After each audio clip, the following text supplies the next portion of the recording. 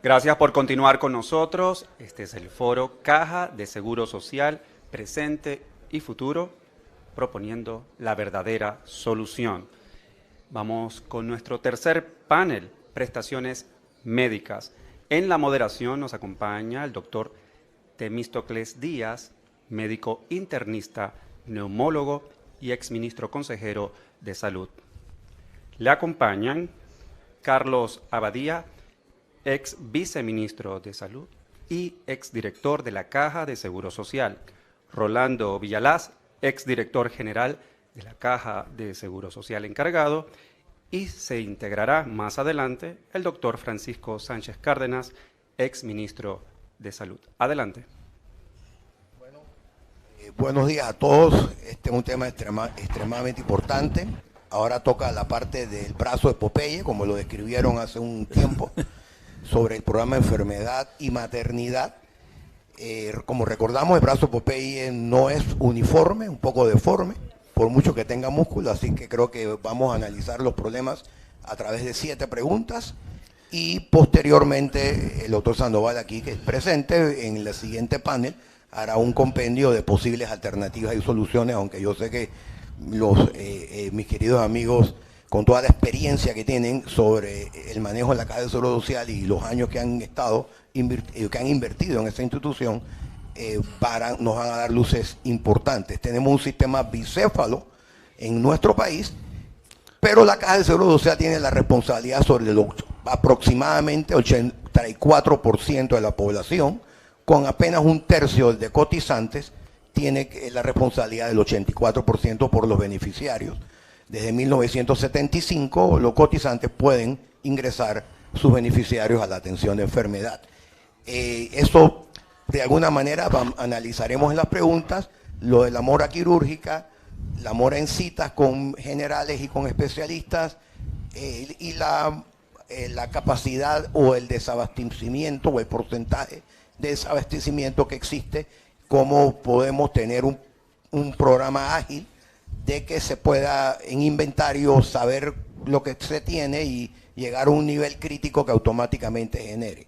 Parte del tema es que las licitaciones de medicamentos, cualquier disputa o cualquier controversia va a la Corte Suprema de Justicia en primera instancia a contencioso administrativo, lo cual ustedes pueden imaginar que a la Corte Suprema de Justicia se debe ir en última instancia. Eso puede, o ha traído en otras ocasiones, parálisis de toda la licitación, y entonces muy bien señalaron en el programa de administración, en el panel de administración, como permanentemente y con cierta frecuencia hay que hacer compras apremiantes con valores más altos de lo que ese mismo medicamento estaba licitado.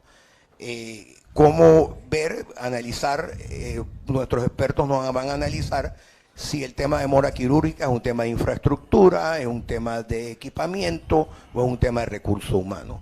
Y eso yo quisiera, pues ya sin más preámbulos, empezar con las preguntas. Las primeras 3 preguntas que tenemos sobre la alta o la situación actual de la mora quirúrgica y de la mora en citas, junto con el programa de abastecimiento, si está o no a un 90%, puede ser muy bueno, pero si el 10% que está desabastecido es lo más crucial para la gran mayoría de los pacientes, entonces ese 90% no resulta tan bueno, porque ese 10% es mucho más importante que el otro 90%, o tiene un peso mayor o peso relativo importante que lo hace más del 10% en la forma práctica.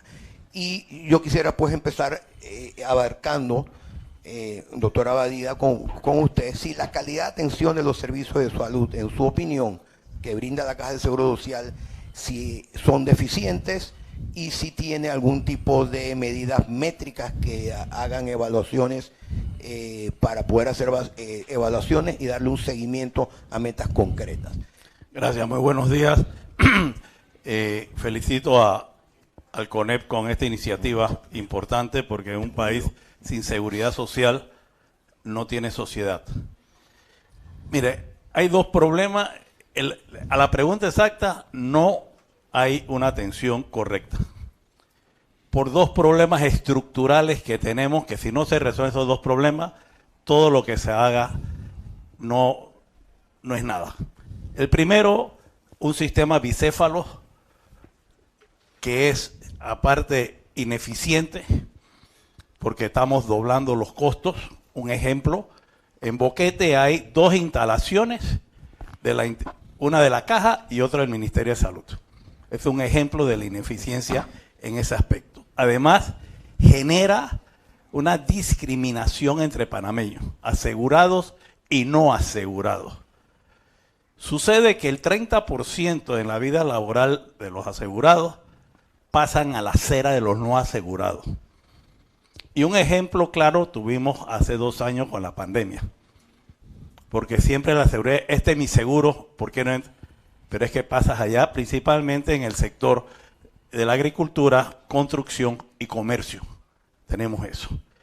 Y tercero, la responsabilidad clara de un Ministerio de Salud, que es la rectoría. No se está cumpliendo, por esa razón estar distraído el Ministerio de Salud en algo que ya no tiene nada que ver, que es la atención. Además, el principal producto del Ministerio de Salud es la prevención. Pero ustedes como empresarios saben que si no sé promover mi producto, no lo puedo ejecutar. Y el Departamento de Prevención del Ministerio de Salud es inoperante completamente en ese sentido. Y por último, en ese punto, que es estructural administrativo, al no tener un sistema único de atención de salud, no podemos desarrollar un sistema de atención primaria de salud correcto. Y aquí es que viene el gran problema. Lo que mencionaste hace un momento, hay varias preguntas ahí, y lo que al inicio de la presentación se habló de los problemas. No son problemas las filas, la mora, no son problemas, son consecuencias. Al no tener un sistema de atención primaria, que el que tenemos, la atención está basada en la demanda espontánea. Me siento mal, voy a buscar consulta. ¿Qué nos trae de consecuencia esto que mal llamamos problemas? Filas de madrugada. No encontrar la cita médica que queremos. ¿Qué hace esa persona? Se va al cuarto de urgencia. Satura el cuarto de urgencia en ese aspecto. Satura el enfermo crónico, que diabético estamos hablando de un 15% de la población, hipertenso 25% de la población. No está controlado. Nos satura las hospitalizaciones entonces. Entonces, como vemos, vamos viendo todo esto, es las consecuencias de lo que mal llamamos problemas. El médico especialista, que recordemos, el médico especialista es un médico curativo, no preventivo. En ese sentido, se satura las consultas del médico especialista. Y el médico de cabecera, que es el que debe tenerse en el sistema de atención primaria, no está saturado también porque, como dije, el sistema está en la atención espontánea. Me siento mal, llego y mañana entonces tengo una fila de 300 personas, el día siguiente 350 y así, y no hay manera de controlar. Esto agrava, en cierto punto afecta el desabastecimiento de medicamentos, porque no sabemos exactamente qué es lo que vamos a necesitar por unidad ejecutora en esto. ¿Y qué sucede con todo esto?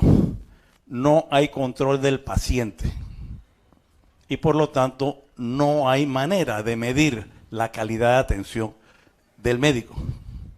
Porque hoy llegué a la fila, quería con el doctor X, ¿no? Entonces me fui con el doctor R, él no me da ningún seguimiento y seguimos en este sistema. Entonces, esto, si nosotros no tenemos un sistema único de atención de salud basado en lo siguiente: cada institución con su responsabilidad. Ministerio de Salud, Rectoría, Prevención, Promoción. Nada de atención. Y Caja del Seguro Social toda la atención. Seguimos con esto de que la integración, la coordinación, tenemos 49 años en esto. Y se lo dice alguien que estuvo en la tercera provincia que se integró en ese momento, año 74, Bocas del Toro. Y la rivalidad que ha existido entre el director general y el ministro de Salud ha sido eterna. Desde el primero en esto. Es más, ministros que decían, yo quiero manejar la integración, pero cuando pasaron a la Caja del Seguro Social, dijeron, yo quiero manejar la integración desde acá. Entonces, esto de que vamos a integrar, coordinar, no va a funcionar por un asunto de personas. Y cada uno va a querer, no, yo voy a dar lo mío. Tiene que dividir la responsabilidad de cada institución bien definida. Esto por esta parte. Antes de pasarle la palabra, pues un comentario. Todos los gremios de salud se reunieron y lograron por más de un año en mesas técnicas producir un documento que dice exactamente lo que está bien señalando el doctor Abadía. Tenemos que ir hacia un sistema único de atención de salud. Esto está consensuado, no se ha podido implementar, estamos claros. Sin embargo, se dio desde 1991 en el gobierno del expresidente Endara, se dio lo que se llamó la compensación interinstitucional. Eso funcionó hasta el 2002, se dejó de hacer. Eso hoy en día está actualizado hasta el 2017. Esa compensación que implica homologación de que la misma cuenta de un hemograma sea igual en el ministerio que en la caja, que la misma cuenta de una atención o pues procedimiento X sean homologados a los mismos costos.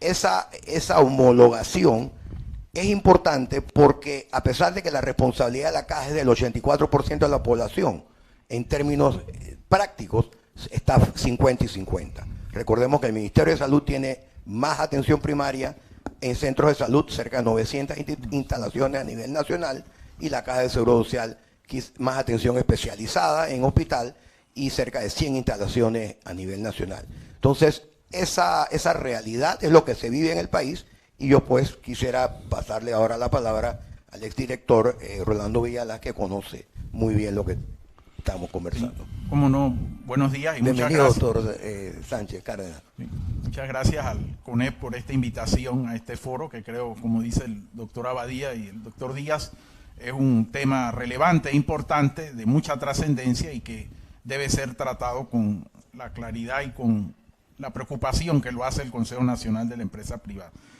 En lo que ha referido el doctor Abadía y ha mencionado también el doctor Díaz, creo que es importante recalcar la importancia de efectivamente el sistema único o sistema público de salud como marco referencial de importancia, porque cuando hablamos de los costos y de una pésima atención que se tiene en el Seguro Social, uno de los elementos efectivamente está en que el seguro ha ido relegando un poco ese papel de atención primaria, preventiva, que debía haber tomado, porque efectivamente, en la medida en que se evita la duplicidad de recursos y de gastos, tú vas en camino de poder atender adecuadamente, como bien indicaba el doctor Abadía, descongestionar los cuartos de urgencia y lograr que la atención sea efectiva en los centros de atención que tiene la institución. Pero esto requiere efectivamente una voluntad de querer llevar adelante esto de la atención primaria y de la prevención, que son aspectos importantes que deben profundizarse, porque en este modelo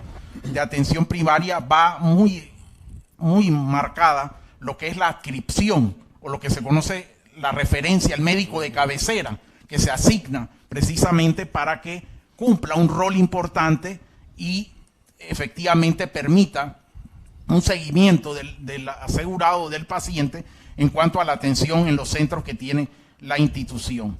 Yo recuerdo, y lo digo simplemente como un aspecto anecdótico, que yo no tuve problemas ni tuve diferencias con el doctor Fernando Gracia cuando fue ministro de Salud, y muy por el contrario, nosotros llegamos a hacer en Herrera un plan observatorio que precisamente implicó unir recursos de las instituciones y evitar lo que decía el doctor Abadía, de que al frente de un centro de salud tuviera una policlínica o otra instalación, cuando tú podías racionalizar tanto el recurso humano como los insumos para efectivamente dar el mejor servicio a la población en general en un área específica determinada. Entonces, eso es lo que debe propender efectivamente la mejora en la atención, porque son de los aspectos que, aunque no tienen que ver nada directamente con invalidez, vejez y muerte, cuando la gente habla de ese tema del IBM, una de las cosas que resalta el asegurado, que resiente el asegurado, es la mala atención, la falta de medicamentos,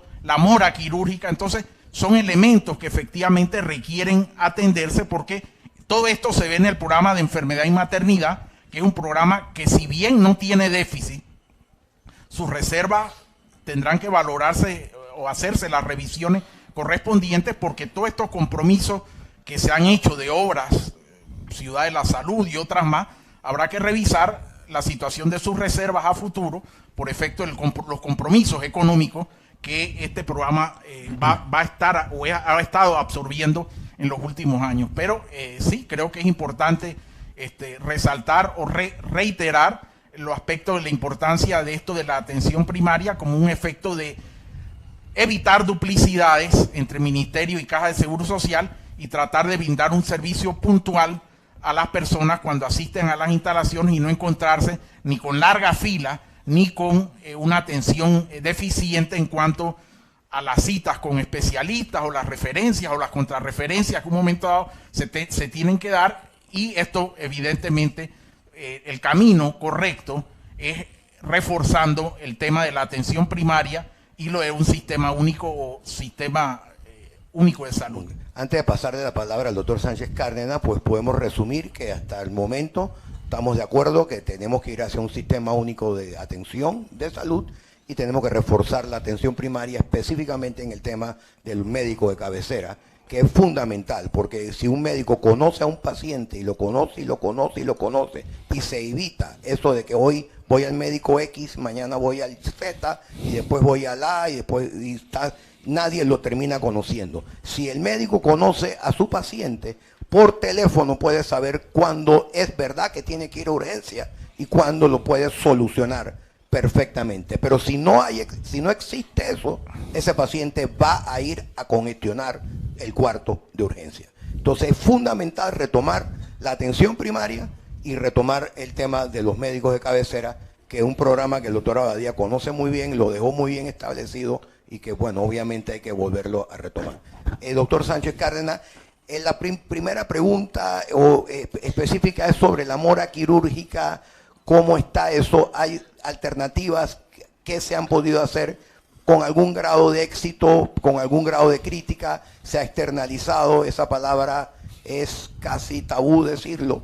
Se han hecho primas de productividad, pero de alguna manera puede haber un conflicto de interés o de cuando las mismas personas que tienen que resolver esas cirugías en su tiempo pagado por la institución, entonces la institución le va a pagar a él un dinero adicional para hacerlo de una forma fuera del tiempo que le podría prestarse. No digo que pase, pero podría pasar de que mejor no hago mucho aquí para que me paguen en la prima de productividad. ¿Qué opinión le da sobre la parte de la atención de salud? ¿Está de acuerdo con el sistema único, con el médico de cabecera? Y sobre todo sus comentarios sobre la parte de la mora quirúrgica y la mora en las especialidades con la cita. Doctor Sánchez Cárdenas. Muchas gracias, estimado compañero Emi. Perdón por haber llegado un poco tarde, pero bueno, así somos los médicos. Y aprovecho, Julio, tenemos un paciente en cuidado intensivo. De aquí van para allá. Cuando me invitaron a esta reunión, mi primera sensación o reacción fue de no aceptar, puesto que yo siento que todos conocemos, todos sabemos cuál es el problema, cuál es el origen de esos problemas, y podemos pasarnos años, otros 20 años más en foros y congresos, Como dijo aquí el doctor Villalaz, si no hay voluntad política, si no hay voluntad profesional de hacer las cosas como deberían hacerse, vamos a pasar, dentro de otros 20 años estamos haciendo otro foro igual a este y quizás otros más. Totalmente de acuerdo con el Sistema Único de Salud. Y creo que, y la atención primaria, y creo que estas cosas ya debemos quitarle el sesgo político ideológico que tuvieron en sus inicios. El problema de la atención primaria, que todos sabemos que es necesaria, porque Panamá tiene una historia de prevención muy buena, después de la construcción del canal, con el desastre que causó las enfermedades en la construcción del canal francés, con la cantidad de muertos que se produjeron, y lo que se hizo para poder hacer ese canal fue fundamentalmente prevención. Se logró convertir un país tropical lleno de enfermedades endémicas, contagiosas, se logró convertirlo en un país que podía realizar esa magnífica obra de ingeniería. Entonces sí tenemos una historia, sí tenemos un pasado positivo de lo que es la prevención. El doctor José Renán Esquivel, que puso en marcha ya concretamente y nacionalizado un programa de prevención estupendo.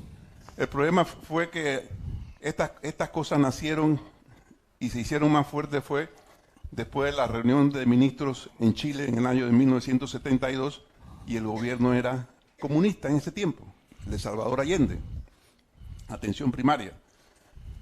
Y después en Alma-Ata se consolidó ya la Organización Mundial de la Salud y le puso énfasis a la atención primaria, pero como era Alma-Ata, Kazajistán, una de las repúblicas de la Unión Socialista Soviética, el sesgo de ideológico le pegó muy fuerte a la posibilidad de ejercer en nuestros países por ese sesgo ideológico la atención primaria.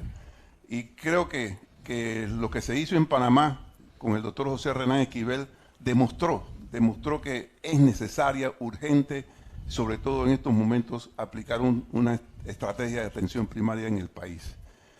Creo que todos conocemos, todos sabemos, como lo dice siempre Calillo en todas sus intervenciones, que causa vergüenza ver un hospital del Seguro Social enfrente de otro hospital del Ministerio de Salud.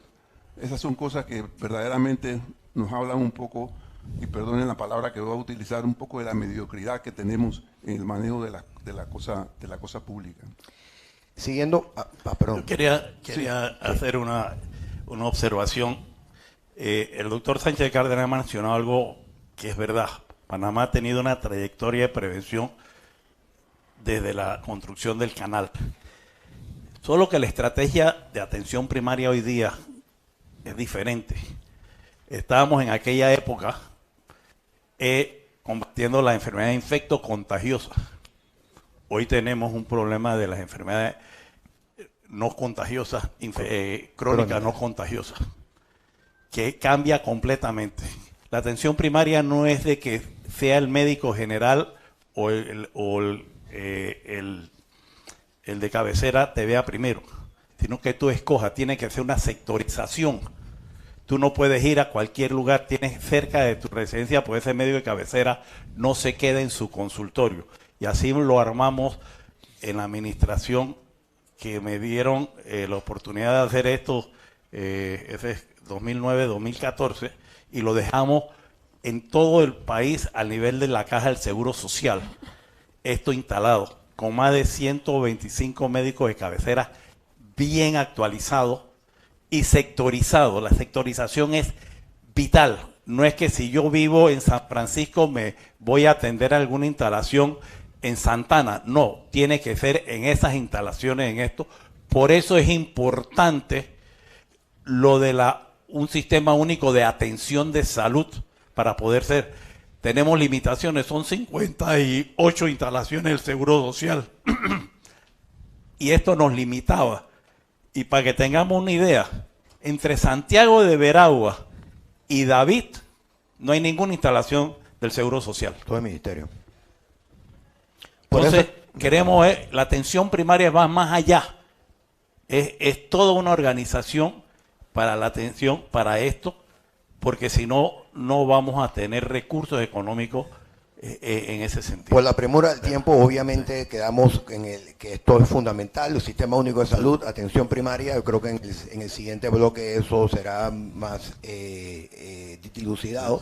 Ahora pasemos al tema de la mora quirúrgica y las alternativas para ella. Creo que también lo van a tocar posteriormente, si es por prima de productividad, si debe ser un equipo independiente al que está en la unidad ejecutora, porque mientras exista mora, la unidad ejecutora no podrá saber si el día a día está produciendo más mora o no. Es como lo mismo de IBM, hay que detener el sangrado. Bueno, acá también. Acá tenemos que sacar la mora adelante, sacarla, resolverla, porque si no está resuelta, el día a día de la unidad ejecutora nunca va a saber si es suficiente para lo que está de demanda o si está generando más mora y entonces no es suficiente. Importantísimo resolver la mora quirúrgica y la mora de citas en todos los aspectos. Y para eso hay que buscarle una solución definitiva, ya sea externalizándola o resolviéndola internamente, pero que no se dé de alguna manera el conflicto de interés que puede estarse dando. Yo quisiera ahora cambiar al tema de la infraestructura.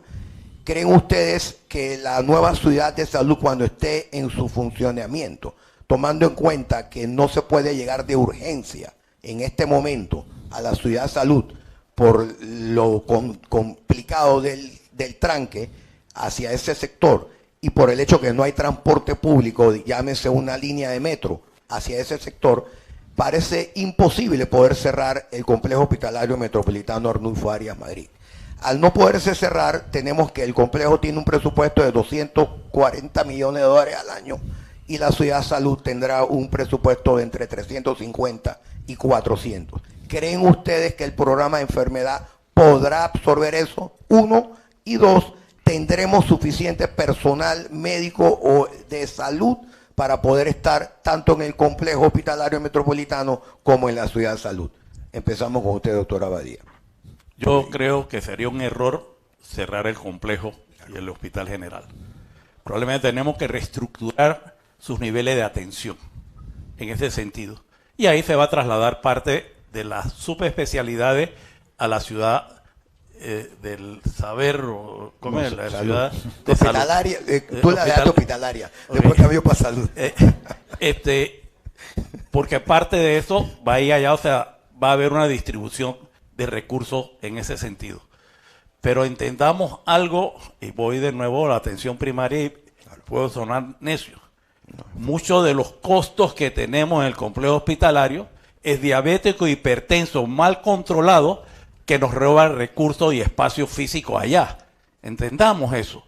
O sea, si tenemos, hay que desarrollar la ciudad, la salud, pero el complejo y el hospital general vamos a tener que hacer una reestructuración para su atención también. Cerrarlo sería un error catastrófico. De acuerdo 100%, doctor Villalaz. Sí, no, yo creo que, bueno, cuando hablamos del tema de la ciudad de la salud, he escuchado a especialistas sobre el tema y algunos cuestionan la construcción misma de la ciudad de la salud en términos de que la tendencia a nivel mundial en términos de hospitales es hacer hospitales que no sean tan grandes en cuanto a la cantidad de salas, sino que sean más reducidos, más compactos, o sea, con otro tipo de funcionamiento. Entiendo porque se le va a dar la preferencia a una serie de especialidades en la ciudad de la salud y entonces tendrá que valorarse la situación del hospital general y la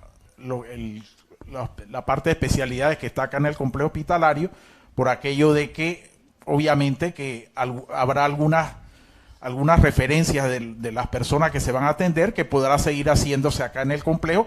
Sabemos que va a tener un efecto, como dije al principio, en lo que es el programa de enfermedad y maternidad, y por eso nosotros creemos que frente a estos costos que van a asumirse en cuanto al equipamiento de esa ciudad de la salud y demás, se va a requerir hacer una evaluación integral de ese programa para efecto de ver a futuro cómo capitalizar también ese programa y poder afrontar los retos que va a implicar mayor costo en cuanto a recursos humanos, equipos y demás, que va a afrontarse con la puesta en vigencia de la Ciudad de la Salud, paralelo a la existencia pues de acá del Hospital General y el complejo hospitalario. Doctor Sánchez Cardenal. Sí. No dije nada con respecto a la mora quirúrgica anteriormente, pero les he hecho el cuento de que al inicio de este siglo yo fui jefe de servicio de neurocirugía del complejo y heredé una mora quirúrgica de casi 900 pacientes y salí de ese puesto, si mal no recuerdo, fue en el año 2005 y dejé totalmente limpia la mora quirúrgica. Se puede limpiar la mora quirúrgica poniendo a las personas a trabajar, ¿verdad? Me costó mucho trabajo porque el problema de rendimiento dentro de la Caja del Seguro Social no es el mejor, pero logramos hacerlo y yo creo que una de las cosas fundamentales para que esa situación se mejore es que el personal de la institución debe ser un personal exclusivo de la institución. No se puede estar teniendo médicos que trabajan en la institución y están pensando, no solamente médicos, enfermeras, auxiliares y todo, que están pensando que tienen que salir lo más rápidamente posible para atender sus deberes privados. Entonces, yo creo que ninguna empresa acepta y ve con buenos ojos que sus empleados trabajen la misma profesión en otras compañías. Yo creo que tenemos que ponernos serios en eso y que el personal sea exclusivo para la Caja del Seguro Social. Claro que eso tiene otras connotaciones de mejor salario, mejor seguridad, mejor oportunidad de crecimiento intelectual y profesional. Todas esas cosas se pueden hacer. Yo salí y no quedó mora quirúrgica en la bueno, doctor. Neurocirugía.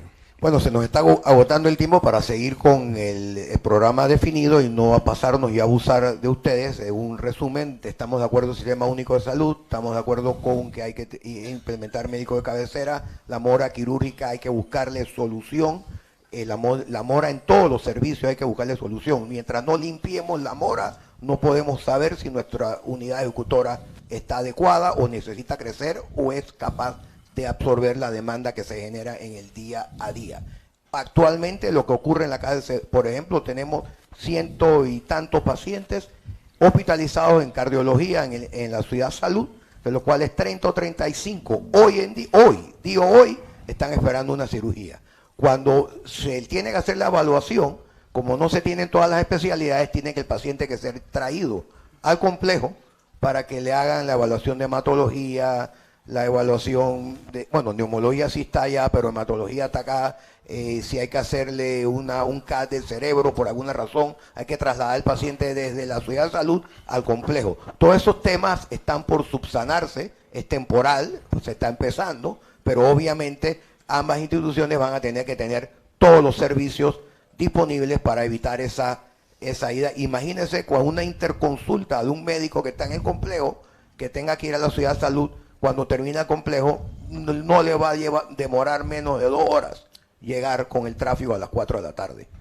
Así que estamos en circunstancias difíciles, pero que se tienen que resolver a corto plazo. Yo creo que con eso podemos terminar el segmento porque ya estamos sobre el tiempo, y en la tarde el doctor Julio aquí presente le tocará la parte de recoger toda esta problemática de este brazo de Popeye un poco deforme y ponerlo en una forma más factible de que se pueda lograr lo que muy bien han dicho los panelistas y lograr de que pueda tener la institución única, médicos, enfermeras y técnicos a tiempo completo. Yo creo que tiene muchas fortalezas, nuestro sistema de salud tiene muchas fortalezas y es importante también recalcarlo. Los laboratorios del complejo son excelentes, o sea, los exámenes que se hacen ahí son completamente creíbles, o sea, no hay esos errores del laboratorio. Vaya, en todos lados puede ocurrir de vez en cuando, pero en formas bastante precisas El complejo da buenos resultados en todos sus exámenes. Tenemos un déficit todavía de personal de salud de cerca de 6.000 personas que están en entrenamiento, que todavía no han ingresado al sistema. Se hizo un ajuste de 40% al salario de todos los gremios de salud, todos. Se empezaron a pagar los turnos. O sea que ahora es el momento de exigir más, doctor, como bien usted ha dicho, porque se ha hecho el esfuerzo, el Estado ha hecho el esfuerzo de pagar más, de pagar y reconocer los turnos. Ahora es el momento de acabar con lo que está en mora y poder entonces empezar en el día a día a ver si podemos evitar que ese sangramiento, esa hemorragia que está dando esta mora quirúrgica y esta mora en atención, igual que en medicamentos, que de alguna manera no debe ser, la ley dice que tienes que ir a contencioso administrativo, eso debe ser revisado. También tenemos los problemas de informática que bien señalado en administración, que tienen que ser actualizados para poder tener un inventario de que haga una alerta cuando está bajando en algún medicamento. Y con el médico de cabecera poder saber exactamente un mejor control de qué paciente es lo que, o sea, qué está usando todos los pacientes en todas las diferentes áreas del país. Yo diría que con eso nos pasamos 5 minutos. Perdón.